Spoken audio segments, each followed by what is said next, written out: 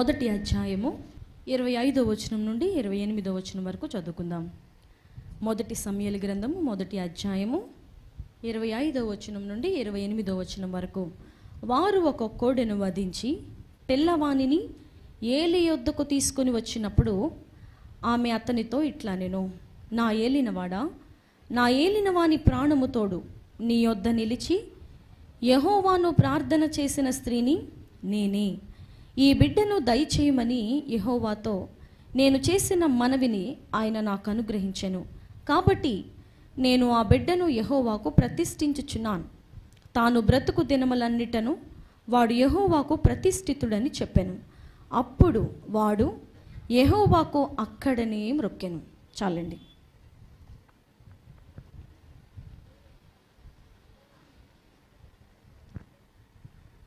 మనం ఎప్పుడైనా దేవుని దగ్గర ఒక విన్నపం చేస్తున్నప్పుడు, ఒక అవసరత నిమిత్తమై దేవుని సన్నిధిలో ప్రార్థిస్తున్నప్పుడు, దేవుని వేడుకుంటున్నప్పుడు, దేవుడు మన మొర ఆలకించి ఆ అవసరతను మన జీవితంలో తీర్చినప్పుడు, ఆ అవసరతను దేవుడు మనకి ఇచ్చినప్పుడు, మనం అడుగుతున్నదేదో అది మనకి దొరికిన తర్వాత సహజంగా మనుషుల యొక్క ఆలోచన పూర్తిగా రివర్స్ అయిపోద్ది, పూర్తిగా మారిపోద్ది.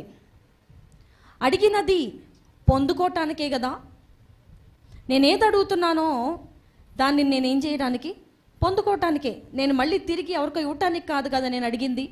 ఇప్పుడు ఒక ఉద్యోగం కోసం ప్రార్థన చేశాడు దేవుడు. ఉద్యోగం ఇచ్చిన తర్వాత ప్రభా మీకోసం నేను ఉద్యోగాన్ని రిజైన్ చేస్తున్నానని ఎవరు అనరు. ఎందుకు? ఉద్యోగం కావాలని అడిగారు. ఇక మళ్ళీ దాన్ని దేవునికి ఎందుకు ఇస్తారు? ఎవరు? ఇల్లు కోసం అడిగాం, దేవుడు ఇల్లు ఇచ్చారు. ఈ ఇల్లు మీ సేవ కోసం రాసేస్తున్నాను ప్రభా అని ఎవరు రాయరు. సంతానం కోసం అడుగుతారు. సంతానాన్ని ప్రభు ఇచ్చిన తర్వాత ఈ సంతానం మీ కొరకే అని చెప్పి ఎవరు ఇచ్చారు? అది నా అవసరత కోసం నేను ప్రభువుని అడిగాను. నేను మరలా ఇచ్చేస్తే నేను అడగటం ఎందుకు? నేను దాన్ని ప్రభు దగ్గర నుండి, యేసయ్య దగ్గర నుండి పొందుకోవటం ఎందుకు అని ప్రతి ఒక్కరూ అంటారు. ప్రతి ఒక్కరి మనసు అలా ఉంటుంది. ఇది ప్రతి ఒక్కరి జీవితంలో జరిగే సందర్భమే. నా జీవితంలో, మీ జీవితాలలో చాలా అవసరతలు ప్రభు ముందు పెట్టి అడుగుతూనే ఉంటాం. ప్రభు ఈ సమస్య ఉంది, విడిపించండి. నా భర్త మారట్లేదు, మార్చండి. నా భార్య మాట వింటలేదు, మాట వినేలాగా చేయండి. నా బిడ్డ లోబడట్లేదు, లోబడేలాగా చేయండి. ఇవన్నీ అయిపోయిన తర్వాత నేను ప్రార్థించాను కాబట్టి మీరు నాకు నా బిడ్డను లోపెచ్చారు కాబట్టి ఈ బిడ్డ మీకే అని ఎవరన్నా ఇచ్చారు ఇప్పటి వరకు?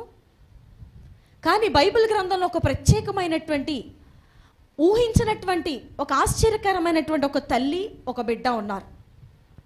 ఎవరంటే హన్నా, సమూయేలు. ఎవరండి? హన్నా, సమూయేలు. ఈ హన్నా మనకలాగే తల్లులందరిలో ఒక తల్లి. ఆమె కూడా వివాహం చేసుకున్నారు. ఎవరిని? ఎల్కానా. చెప్పండి అందరూ. ఎల్కానా అనే పురుషుణ్ణి వివాహం చేసుకున్నారు. అయితే ఆమెకు పిల్లలు లేరు. ఎవరు లేరు? పిల్లలు లేరు. పిల్లలు లేకపోయేసరికి ఒక స్త్రీకి ఎంత వేదన, చుట్టుపక్కల వారు ఎంత అవమానిస్తారు. పిల్లలు లేని వారిని సమాజము ఎలా చూస్తుందో ఆ పిల్లలు లేని వారికే తెలుస్తుంది. వారిని ఏ విధమైనటువంటి శుభకార్యములకు ఆహ్వానించరు. వారి ముఖం చూసి బయటికి వెళ్ళడానికి ఇష్టపడరు. లోకము ఒక పేరు పెట్టింది, ఏంటంటే గొడ్డు మొద్ది. ఏంటండి? నీ గర్భము ఎలాంటిది? ఫలించేది కాదది, గొడ్డు మోతుతనుంది. దీని మొహం మేము చూడకూడదు, ఇది మా ముందు రాకూడదు, ఈవిడ మొహం చూసి మేము ఎటో ప్రయాణం పెట్టుకోకూడదు అని లోకమంతా కూడా, ఈ లోకమంతా కూడా పిల్లలు లేనటువంటి స్త్రీని, మరి పురుషుణ్ణి అలా చూస్తారా? వివాహం చేసుకున్నప్పుడు ఒక్క స్త్రీకి మాత్రమే పుట్టేస్తారా? భార్యాభర్తలు కలయికలో కదా పిల్లలు కలిగేది. మరి ఆ పురుషుణ్ణి అలా చూడరు, స్త్రీని ఎలా చూస్తారండి? ఎంతో భయంకరమైనటువంటి చూపు. ఈవిడికి పిల్లలు లేరు, ఈవిడేదో ఒక రోగం ఉంది ఈవిడికి అన్నట్టు చూస్తారు. ఈవిడ ఆరోగ్యం సరిగ్గా లేదు, ఈవిడేదో గొప్ప పాపాలు చేస్తుంటేనే పిల్లలు పుట్టట్లేదు అని ఒక రకమైనటువంటి వెలిచూపుతో చూస్తుంది ఈ లోకం. హన్నా కూడా అదే రకమైనటువంటి బాధను అనుభవిస్తూ ఉన్నారు. బాధను అనుభవిస్తూ ఏడుస్తూ తన సొంత సహోదరి పెనిన్నా ఆమెను కూడా ఆయన వివాహం చేసుకున్నారు. ఆమెకు పిల్లలు కలిగారు, హన్నాకు పిల్లలు లేరు.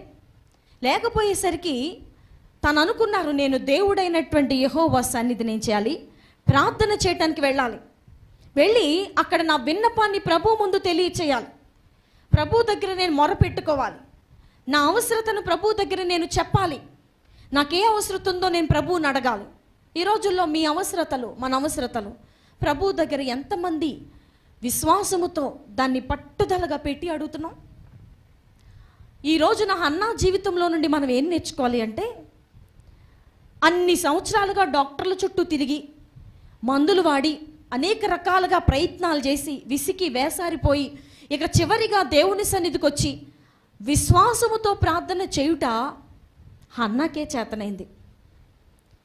ఎంత విశ్వాసం కావాలండి? ఒక గర్భము తెరవబడాలి అంటే ఎంత విశ్వాసం ఉంటే ప్రార్థన చేయగలుగుతారా స్త్రీ? మనకున్నటువంటి అవసరతలను బట్టి, మనకున్నటువంటి కోరికలను బట్టి, మనకున్నటువంటి లోటుపాట్లను బట్టి ఎంతమంది మీ హన్నా వలె ప్రార్థించుచున్నాం? ఇంట్లో మారని భర్త ఒక ఆయన ఉన్నారు. భర్తే అన్ని విధాలుగా బాగుంది, శరీర సంబంధమైన కష్ట సుఖాలు, ఆయన డబ్బులు తేవటం, వండుకోవడం, తినడం, పిల్లల్ని బాగా చూసుకోవటం, మీ భార్య భర్తలు ఇద్దరు క్షేమంగా ఉండటం, బయటికి పార్కులకి షికార్లకి తిరగడం, అంతా బాగానే ఉంది. కానీ ఆయన ప్రభువులో జన్మించలేదు. ప్రభువులో ఆయన కొత్తగా జన్మించలేదు. అదొక అవసరత అనుకున్న వారికి అవసరత. ఈ రోజున చాలామందికి భర్తలు మారకపోయినా పెద్ద బాధ అనిపించదు. భర్త మారకపోయినా పెద్ద వాళ్ళకేమి మనసులో వేదన అనిపించదు. నా భర్త మారకపోతే ఏంటి, నేను ఒక్కదాన్ని వస్తున్నాను కదా చర్చికి సరిపోద్ది, నా పిల్లలు వస్తున్నారు కదా సరిపోద్ది, నా భర్త రాకపోతే ఏంటి, నా భార్య రాకపోతే ఏంటి, నా బిడ్డలు రాకపోతే ఏంటి. కానీ మీకు ఒక విషయం చెప్తాను ప్రియమైన దేవుని బిడ్డలారా, రేపు ఆరని అగ్ని అనేది ఒకటి ఉందా? మెలమెల మెరిసిపోయే పరలోక పట్టణం అనేది ఒకటి ఉంది. దీంట్లోకి కానీ దాంట్లోకి కానీ ఎందులో ఒక దాంట్లోకి ఈ ఆత్మ అనగా నీ భర్త యొక్క ఆత్మ, నీ భార్య యొక్క ఆత్మ, నీ బిడ్డల యొక్క ఆత్మ ప్రవేశించాలి. ఈ సంవత్సరం కాకపోతే 10 సంవత్సరాల తర్వాత అయినా, ఈ తరం కాకపోతే ఇంకొక తరంలోనైనా ప్రవేశించాలి. ఈ లోకం మనకి శాశ్వతము కాదు. ఈ లోకంలో శిలాశాసనంగా ఎవ్వరూ ఉండలేరు, శపథం చేయలేరు, ఇదే నాకు శాశ్వతం అని ఎవ్వరూ చెప్పలేం. ఎందుకంటే సేవకులు వెళ్ళిపోతున్నారు, విశ్వాసులు వెళ్ళిపోతున్నారు, డబ్బు కలిగిన వారు వెళ్ళిపోతున్నారు, ఆస్తిపరులు వెళ్ళిపోతున్నారు, సినీ యాక్టర్లు వెళ్ళిపోతున్నారు. అందము కాపాడుకొని 60 ఏండ్ల వయసులో 20 ఏళ్ల పిల్లల్లాగా ఉన్న సినిమా హీరోయిన్లు కూడా ఏం చేస్తున్నారు, ఈ లోకాన్ని విడిచి వెళ్ళిపోతున్నటువంటి ఈ రోజుల్లో, ఈ ప్రపంచంలో ప్రతి ఒక్కరు ఈ లోకాన్ని విడిచి వెళ్ళక తప్పదు. అలాంటప్పుడు నీ గృహములో ఉన్నటువంటి నీ భర్త యొక్క విలువ నీకు తెలిసినప్పుడు, అమ్మో నా భర్తలో ఒక ఆత్మ ఉంది, ఆయన నాలాంటి ఒక మనిషి, ఆయన ఆత్మ అగ్నికి ఆహుతి కాకూడదు, ఆయన ఆత్మ అగ్నిపాలు కాకూడదు, ఆయన మరణించకూడదు, ఆత్మీయంగా మరణించకూడదు, రేపు అపవాది వశమైపోకూడదు, నాతో పాటు ఆయన కూడా పరలోక రాజ్యంలో ఉండాలి. ఇది ఒక అవసరత కలిగినప్పుడు హన్నా వలె మనం ప్రార్థించాలి. ఎలా ప్రార్థించాలి? హన్నా ఎలా ప్రార్థించారో తెలుసా? హన్నా ప్రార్థన మిగతా వారందరి ప్రార్థన కంటే ప్రత్యేకంగా ఉంటుంది. ఎలా అంటే తనకి దొరికే వరకు ప్రార్థన చేశారు. ఎలా చేశారు? తన అవసరత తీర్చబడే వరకు ఆమె దేవుని సన్నిధిని, దేవుణ్ణి ఏం చేయలేదు, వదలలేదు, విడిచిపెట్టలేదు. మన జీవితాలలో 2-3 సార్లు ప్రార్థన చేస్తాం, అది దొరకట్లేదు అనుకోండి, ఇంకా రివర్స్ అయిపోతుంది అనుకోండి, ఇంకా దూరం అయిపోతుంది అనుకోండి, ప్రార్థన చేయటం మానేస్తాం. మనం అడిగింది మనకు దొరకకపోతే ఇక దాని గురించి పట్టించుకోం, ఎలాగో దొరకట్లేదు కదా ఇంకా నేను ప్రార్థన చేయడం ఎందుకు అని ఒక రకమైనటువంటి అవిశ్వాసంలోనికి సైతాను మనల్ని తీసుకెళ్ళిపోతాడు. నిరాశ నిస్పృహలలోనికి సైతాను మనల్ని తీసుకెళ్ళిపోతాడు. ఇన్ని సంవత్సరాలు ప్రార్థించాను, ఈ 5 రోజులు ప్రార్థన చేస్తే వచ్చేస్తుందా అనే నిరాశ, ఇన్ని సంవత్సరాలుగా ఎదురు చూస్తున్నాను, ఈ 1 సంవత్సరంలో దేవుడు నా భార్యను నా భర్తను మార్చేస్తారా అనే అవిశ్వాసం, ఇన్ని సంవత్సరాలుగా నేను అనారోగ్యంతో బాధపడుతున్నాను, నా దేవుడు నన్ను స్వస్థపరుస్తారా అనే అవిశ్వాసం, ఇన్ని సంవత్సరాలుగా నేను దేవుని సన్నిధికి వెళుతున్నాను, ఈ ఒక్క సంవత్సరంలో నాకున్న అవసరత తీర్చబడుతుందా అనే అవిశ్వాసం మనుషులను పట్టి పీడించేలాగా సైతాను మార్చేస్తున్నాడు. ఈ సమయంలో మనకు కావాల్సింది ఏంటంటే హన్నా వలె ప్రార్థించుట. హన్నా వలె ప్రార్థించుట. ఈ రోజుల్లో హన్నా వలె ప్రార్థించే వారిని మనం చాలా తక్కువగా కనుగొంటాం.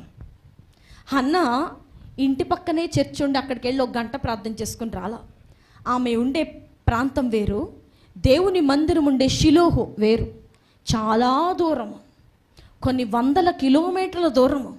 అంత దూరం ఆమె ప్రయాణించి అక్కడికి వెళ్ళి ఇంట్లోనే ప్రార్థన చేసుకుంటాను అనుకోకుండా, ఇంట్లో ప్రార్థన చేస్తే దేవుడు వినరా అని అనుకోకుండా, ఆమె దేవుని సన్నిధికి వెళ్ళి తన యొక్క సమస్యను మనుషులతో చెప్పకుండా, తన సమస్యను ఎవరితోనూ పంచుకోకుండా డైరెక్ట్గా దేవుని యొక్క సముఖమునకు వెళ్ళి బలిపీఠం దగ్గర మోకరించి ఆమె ఏడుస్తున్నారు, పశ్చాత్తాపడుతున్నారు. దేవుని మీద ఆయాసపడలేదు, దేవుని మీద గొణగలేదు, దేవుని మీద సనగలేదు. నాకు గర్భఫలం ఇవ్వలేదు, ఈ దేవుడేం దేవుడు, నేను ఇంతగా ప్రభు బిడ్డను అయినందుకు నాకు దేవుడిచ్చే బహుమానం ఇలాంటిదా? ఈ రోజుల్లో మనం ఇలాంటి వారిని చాలామందిని కనుగొంటాం.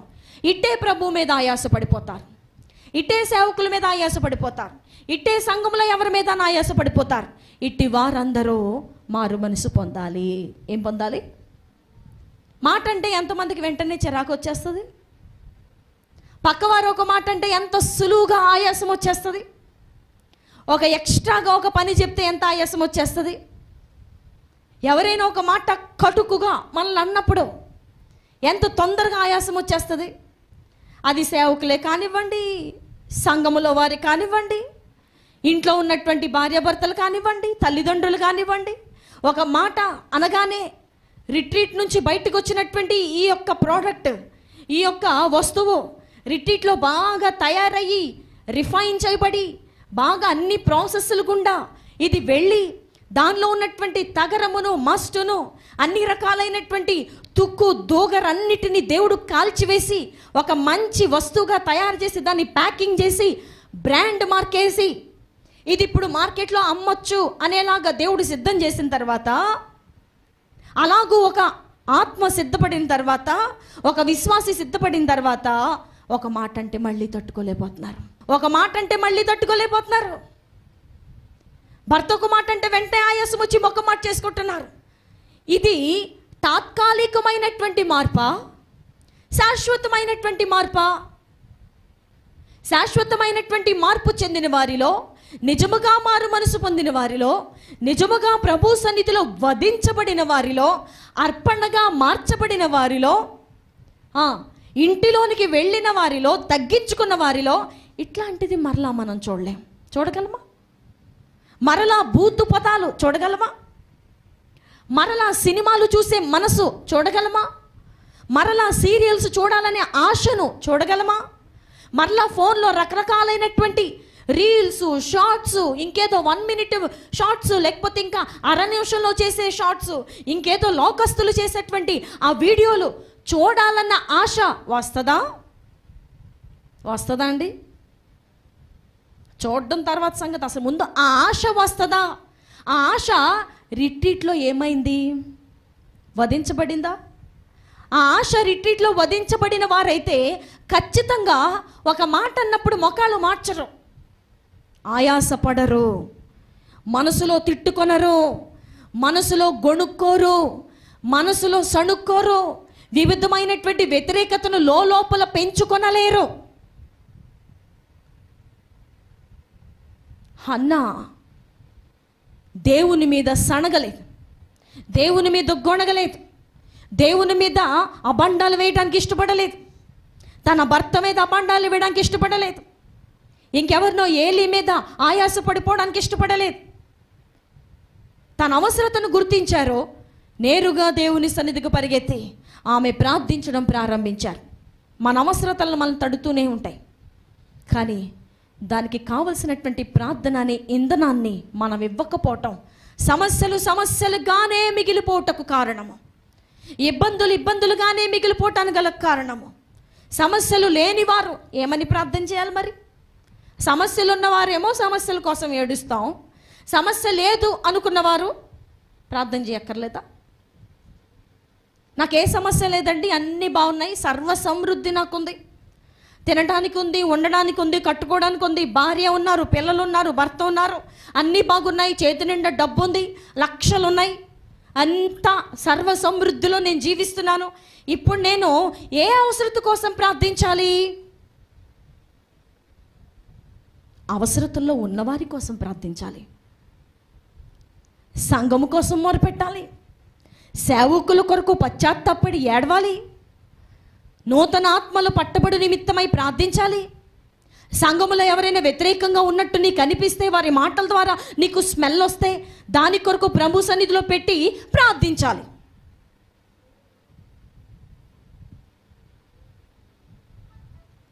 దేవుని సన్నిధికి వెళ్ళి ప్రార్థించుచు హన్నా ఏమని మొరపెడుతున్నారండి ఆమె? ప్రభువా, నన్ను అందరూ ఏడిపిస్తున్నారు, సంతానం లేదు, నువ్వు గొడ్డు మొద్దానివి, నీ ముఖం చూడకూడదు అని నా భర్త దగ్గర నుండి, నా యొక్క అక్క దగ్గర నుండి అందరూ నన్ను ఏడిపిస్తున్నారు. నా మొర ఆలకించండి. నా మొర ఏం చేయండి? ఆలకించండి. నన్ను ఒక్కసారి జ్ఞాపకం చేసుకోండి. నా మొర ఆలకించండి. నా గర్భమును తెరవండి. నా గర్భఫలము దయచేయండి. నాకొక్క బిడ్డనిస్తే, నాకొక మగ బిడ్డనిస్తే మీకే ఇచ్చేస్తాను. అసలు ఇలా ఎవరైనా చెప్తారండి? ఒక జాబ్ కోసం నేను అడిగాను, జాబ్ ఇచ్చారు దేవుడు, నేను అనుకున్న జీతం ఇచ్చారు, బాగుంది. జాబ్కి వెళ్ళిన ఒక వారం రోజులకి ప్రభా నాకు జాబ్ ఇచ్చారు కాబట్టి ఈ జాబ్ మీకోసమే రిజైన్ చేసేస్తున్నాను అంటానా? ఇల్లు ఇచ్చారు దేవుడు, అడగ్గా ఆ సమయం వచ్చినప్పుడు ప్రభా నాకు ఇల్లు ఇచ్చినందుకు ఈ ఇల్లు మీకోసమే రిజిస్ట్రేషన్ చేస్తున్నానని చెప్పి దేవుని సంఘం పేరట, లేకపోతే అది అమ్మేసి వచ్చిన డబ్బులు దేవుని సేవకు ఇచ్చేసే మనుషుడు ఉన్నాడా? ఈమె అవమానపరచబడింది ఎందుకు? హన్నా అనేకుల చేత దూషించబడింది ఎందుకు? సంతానం లేదని.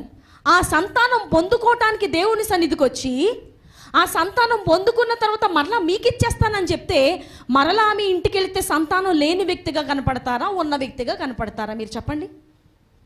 పుట్టిన బిడ్డను దేవుని సన్నిధిలో వదిలిపెట్టి ఇంటికి వెళ్ళిపోతే అక్కడ చుట్టూ ఉన్నవారు ఏమని అంటారు? ఎందుకు వచ్చిన ప్రార్థన, ఎందుకు వచ్చిన సంతానం? గొడ్డు మొద్దానిగా ఉన్నప్పుడు ఎలా ఉన్నావో, డెలివరీ అయ్యి బిడ్డను కన్న తర్వాత కూడా అలాగే ఉన్నావు. నీ ముఖాన్ని చూడకూడదు అనేలాగే ఉంటుంది కదా. ఆమె దేని కోసమైతే ఆమె నిందించబడుతున్నారో ఆ యొక్క గర్భఫలాన్ని దేవునికి ఇచ్చేస్తానంటున్నారు. అందుకనే భక్తులు ఒక పాట రాశారు, నీకు ఇష్టమైనది కావాలి దేవునికి. ఎలా? మనకిష్టమైందే దేవునికి కావాలి. హన్నాకి ఇప్పుడు ఇష్టమైనది ఏంటంటే తన యొక్క బిడ్డ. హన్నాకి అత్యంత ప్రీతికరమైనది ఏంటంటే తాను గర్భవతిని తెలుసుకోవటం. హన్నాకి తన భర్త కంటే, చుట్టూ ఉన్నటువంటి వారికంటే, లోకంలో అందరికంటే ఇష్టమైనది ఏంటంటే పుట్టిన తన బిడ్డ. తనకిష్టమైన దాన్ని ఎవరికిచ్చారు? దేవునికి ఇచ్చారు. ఈరోజు చాలామంది చెప్తారు, ఏమండి నాకు గోరింటాకంటే చాలా ఇష్టం అండి, నాకు బొట్టు పెట్టుకోవడం అంటే చాలా ఇష్టం. దేవుని కోసం నీకు ఇష్టమైంది దేవునికి ఏం చేయాలి? ఇచ్చేయాలి. నీకు ఇష్టమైంది, నీకు అక్కర్లేంది, నువ్వు నచ్చనిది, నీకు ఇష్టం లేనిది, నువ్వు ఇంట్లో పక్కన పడేసింది, చదువుకొని నీ పిల్లలు ఆటో డ్రైవర్లుగా తిరుగుతున్న నీ పిల్లల్ని తీసుకొచ్చి సేవ చేయించండి అని చెప్పడం కాదు. మనకి ఏది ఇష్టమో దాన్ని తీసుకొచ్చి దేవునికి ఇవ్వాలి. మనకి ఏదైతే ప్రాముఖ్యంగా ఎంచుకుంటున్నామో దాన్ని తీసుకొచ్చి దేవునికి ఇవ్వగలిగిందే నిజమైనటువంటి త్యాగపూరితమైనటువంటి జీవితం. హన్నా వలే నేను అమెరికాలో చదువుకోవడం అంటే నాకు చాలా ఇష్టం, చాలా ఇష్టం. ఇష్టం లేకుండా నేను పోలేదు సుమా. నేను చాలా ఆసక్తితోనే అక్కడికి ప్రయాణం అయ్యాను. సమయం వచ్చినప్పుడు అవసరం ఉంది కాబట్టి వచ్చానని చెప్పకూడదు ఎవరు. నేను కాకపోతే నా తాత లాంటి వాళ్ళని దేవుడు తీసుకొచ్చి ఇక్కడ ఏం చేస్తారు? నిలబెట్టి ఆయన వాడుకుంటారు. ఆయనకు అసాధ్యమైందే ఉంది. ఇప్పుడు సేవకుల కుటుంబంలోనే వారి పిల్లలే సేవ చేయాలని రూల్ ఎక్కడా లేదు. ఆయనకి ఇష్టమైనటువంటి వారిని, ఆయన మెచ్చిన వారిని, ఆయన్నే ప్రాముఖ్యంగా ఎంచుకుంటున్న వారిని దేవుడు తీసుకొచ్చి వాడుకొనగల సమర్థుడు. కానీ నేను నాకు ఇష్టమైన దాన్ని దేవుని కోసం విడిచిపెట్టాను. ఆ చదువు, ఆ యొక్క హంగామా, ఆ ఉన్నతమైన పట్టణంలో, రాజ్యంలో ఉండటం, అక్కడే హ్యాపీగా ఎంజాయ్ చేయటం, లక్షలు సంపాదించటం, ఒక విలువైన వ్యక్తిగా కనపడటం, ఇవన్నీ నాకు ఇష్టమైనవి. కానీ దేవుని కోసం వాటన్నిటిని విడిచిపెట్టి దానికంటే తక్కువైనటువంటి జీవితాన్ని, సేవను తక్కువ చేయట్లేదు నేను. కానీ అక్కడ అనుభవించే లగ్జరీస్ కంటే ఇక్కడ అనుభవించే లగ్జరీస్ చాలా తక్కువే. మనకిష్టమైనది దేవునికి ఇచ్చినప్పుడు దాన్ని దేవుడు చూస్తారు. మనకిష్టమైనది దేవునికి ఇవ్వాలి. మన చేతిలో 10,000 రూపాయలు ఉన్నాయి, చాలా ఇష్టం, దాన్ని తీసుకొచ్చి దేవునికి ఇవ్వడానికి మనసు ఒప్పుద్దా? సేవాపరంగా నేను ఉపయోగపడాలి, నా చేతిలో ఉన్నటువంటి నా కష్టార్జితాన్ని దేవుని కోసం నేను ఖర్చు చేయాలి, నా శరీరంలో ఉన్నటువంటి శ్రమను, నా యొక్క బలమును, రక్తమును ప్రభు యొక్క సేవలో ఖర్చు చేయాలని ఎవరు అనుకుంటారు? ఇష్టమైనవన్నీ మన దగ్గర ఉంచుకుంటాం, ఇష్టం లేనివి, పనికి రానివి, అవసరం లేనివన్నీ తీసుకొచ్చి దేవునిలోకి ఇస్తాం, దేవుని సన్నిధిలో పెడతాం. మన రిట్రీట్లోకి సందర్భం వచ్చింది కాబట్టి చెప్తున్నా. చాలామంది పచ్చళ్ళు తీసుకొచ్చారు. సరే, పాత పచ్చళ్ళు అని ముందే చెప్పారు. ప్రతి సంవత్సరం తీసుకుంటున్నాము, ఈ సంవత్సరం కూడా తీసుకొని రిట్రీట్లో వాడేయొచ్చులే అన్న ఆలోచనతో నేను మన పిల్లలందరికీ లోపల పెట్టండి అని పెట్టారు.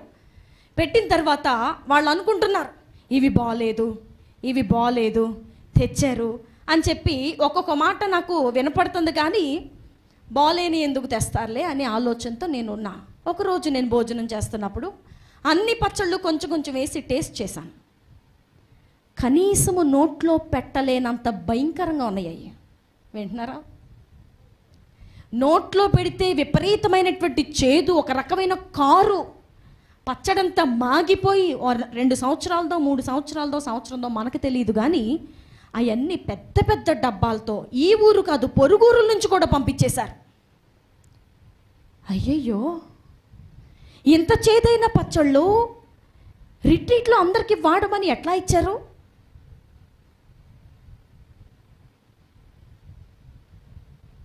దేవుని సేవకురాలేమో తోటలో ఉండి మనందరికీ మామిడికాయలు పంపించారు, పచ్చళ్ళు పట్టుకోండి అని పంపించారా? మనం సేవకు వచ్చిన దగ్గర నుంచి ఆ తోటలో ఒక్క కాయ కూడా మనం ఎవరు తినలా. కానీ ఆమె అక్కడికి వెళ్ళుట ద్వారా, ఆమె యొక్క దేహం అక్కడ ఉండుట ద్వారా మనకు అవకాశం దొరికింది. రిట్రీట్లకు కావలసినటువంటి పచ్చడి దేవుడు మన పిల్లల చేత ఏం చేస్తున్నారు? సిద్ధము చేయిస్తున్నారు. అంటే మన ఇంట్లో పాడేయలేక, మన ఇంట్లో పాత పచ్చడి పాడేయలేక దానికి అంత నూనె ఖర్చు అయింది, కారం ఖర్చు అయింది, ఎల్లుల్లిపాయలు ఖర్చు అయినాయి, మామిడికాయలు ఖర్చు అయినాయి. ఇప్పుడు దాన్ని డస్ట్బిన్లో, లేకపోతే తుక్కోడు వస్తే తుక్కోడికి ఇవ్వలేక రిట్రీట్లు జరుగుతుంటే అక్కడ అందరూ పెచ్చోళ్ళు ఏదేసినా తినేస్తారు, ప్లేట్లో ఆవురావురమంట తినేస్తారు అని అనుకుని పంపించారా? ఎలా కనబడుతున్నారు రిట్రీట్కి వచ్చేవారు? ఇది నీ దృష్టిలో చిన్న చూపేమో కానీ నిన్ను నన్ను సృజించిన దేవుని దృష్టిలో అత్యంత విలువైనటువంటి సమయం. ఆ 6 దినాలు ఒక అత్యంత విలువైనటువంటి సమయం. తండ్రి కుమార పరిశుద్ధాత్మలు ఇక్కడికి వచ్చి కూర్చున్నానని చెప్పినటువంటి దినాలు.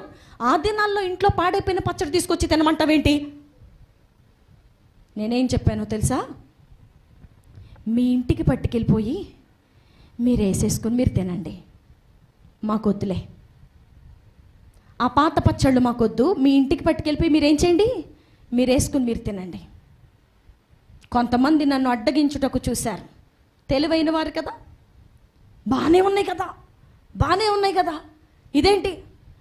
ఒకసారి ఇంటికి వెళ్ళి గబగబా అన్నం పెట్టుకొని చిన్న పచ్చడి పద్ద తీసుకుని ఒక ముద్ద తిని చూసాకప్పుడు నాకు చెప్పండి, ఏమాత్రం బాగున్నా మేము ఇక్కడ ఉంచుతాం.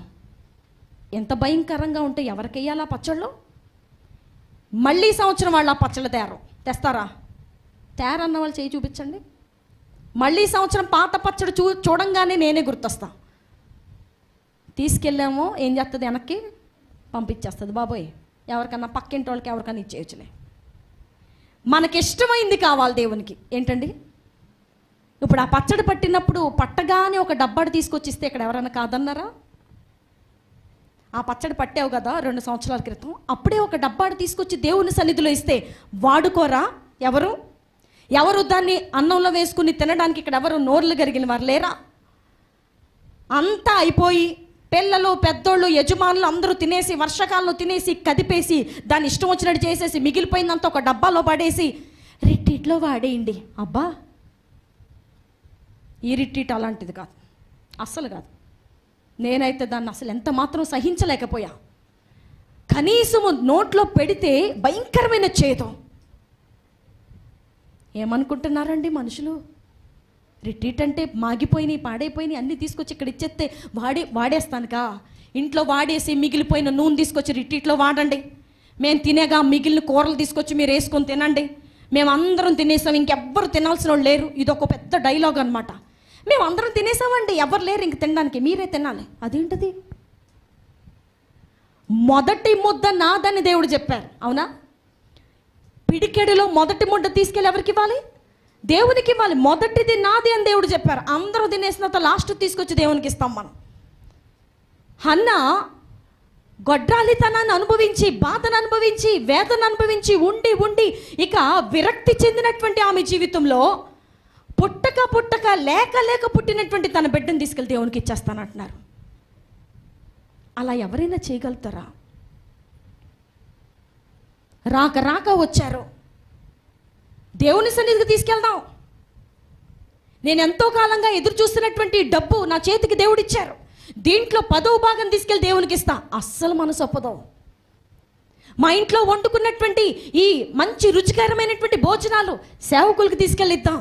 మొదటి ముద్ద నేను తినుట కంటే వారు తినుట 4 ఆత్మలకు ఉపయోగపడుతుంది కదా.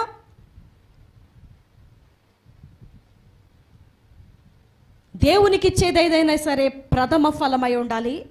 దేవునికి ఇచ్చేది ఏదైనా సరే మన కొన్న మాట అన్నిటిలో శ్రేష్టమైనదై ఉండాలి. ఎలాంటిదై ఉండాలి? శ్రేష్టమైనదై ఉండాలి. అంతే తప్ప పాడైపోయినవి, మాగిపోయినవి, పనికిరానివి ఈ అట్టుపళ్ళు కుళ్ళిపోతున్నాయి, ఆ చర్చిలో ఇచ్చేస్తే ఎవరొకరు తింటారు. ఈ మనసు కలిగిన వారు ఎప్పటికీ దేవుని దృష్టిలో వారు ఆయన కన్నుల్లో పడలేరు, ఆయన దృష్టిలో ఫేవర్ పొందలేరు, ఆయన దృష్టిలో కనికరాన్ని పొందలేరు. మా అబ్బాయి అండి చదువుకు పంపించాం, చదువుకోవట్లేదు. ఉద్యోగాన్ని పంపించాం, ఉద్యోగం చేయట్లేదు. వ్యాపారాన్ని పంపించాం, అది చేయట్లేదు. మీతో పాటు సేవలో వాడుకోండి. నీ అబ్బాయి చదువుకుంటే ఉద్యోగం చేస్తే సేవ చేయడు, ఉద్యోగం చేస్తూ లక్షలు సంపాదిస్తే సేవ చేయడు. ఉద్యోగం చేయకపోయి, చదువుకోకపోయి, అటు వ్యాపారానికి పనికి రాకపోయి ఇంట్లో వ్యర్థంగా కనపడితే వ్యర్థమైన దాన్ని తీసుకొచ్చి సేవలో వాడండి. మా ఇంట్లో ఇది పనికి రావట్లేదు, అందుకని సేవలో మీరు వాడుకోండి. హన్నా అయితే సమూయేలు పుట్టక ముందే ఒక నిబంధన చేసుకున్నారు. అయ్యా, మీరు నాకు ఒక మగ బిడ్డని ఇస్తే, మీరు నా గర్భమును తెరిచి నా నిందను తీసివేస్తే చాలు, ఆ మగబిడ్డ తాను బ్రతికినంత కాలము మీకే ప్రతిష్ఠుడు. ఎవరికి ప్రతిష్ఠుడు? దేవునికే ప్రతిష్ఠుడు.